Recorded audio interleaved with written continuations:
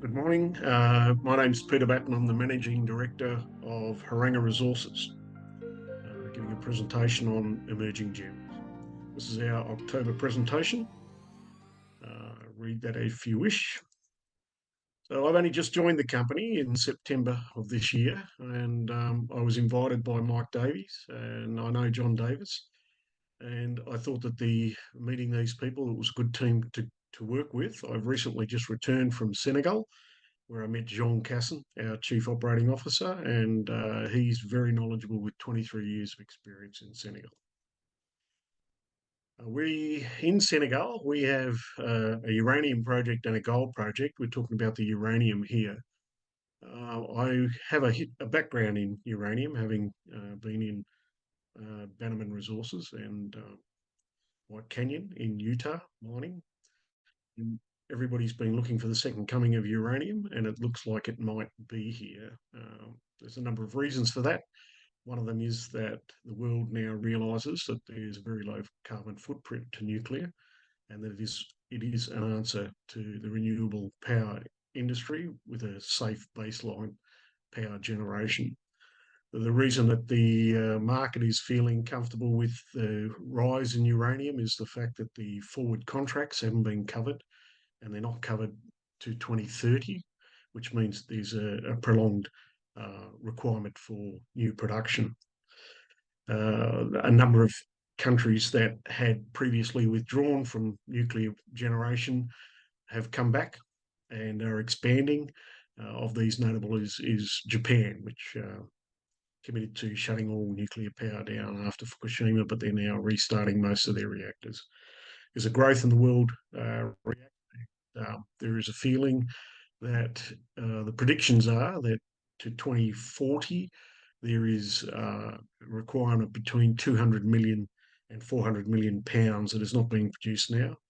And the current projects going into production won't be able to meet that demand, meaning that new production, new sources of uranium are required. As I said, we're in Senegal. Senegal is in West Africa and is a stable country there, which has a stable mining act and regulations which are renewed in 2016 2017 respectively. So in the southeast corner of Senegal, we have our Soraya project, which is over 1,600 square kilometres of land, and the place has been explored for uranium since the 60s by Kojima and up to 2010 by Areva. And in that time, they have gifted us with over 68,000 metres of drilling. Despite the fact that they had done all that drilling, there hadn't been a resource at Soraya until September, when we put the data together and we produced the inferred mineral resource estimate, which sits at 16 million pounds, 12.5 million tonnes at a good grade of 508 ppm. It's inferred. It can be up to metallurgical work and quite possibly a little bit more work on the database. That's the resource, and the wireframe model indicated that it wasn't fully populated, and that suggests that there can be extensions to the mineralisation. This will just require more drilling if it's there, and so the potential is to grow that 16.1 million pounds of uranium as we go forward, and that's something that we'll look forward to in the future. But at the present, what we have is Soraya is one of 7 anomalies that we have been gifted with from the historic work. The team in Senegal, led by Jean Casson, has undertaken comprehensive termite mound sampling. The termites get down below the laterite cover, which is masking any radiometric signal from the uranium, and we were able to get an indication of anomalism through termite mound sampling.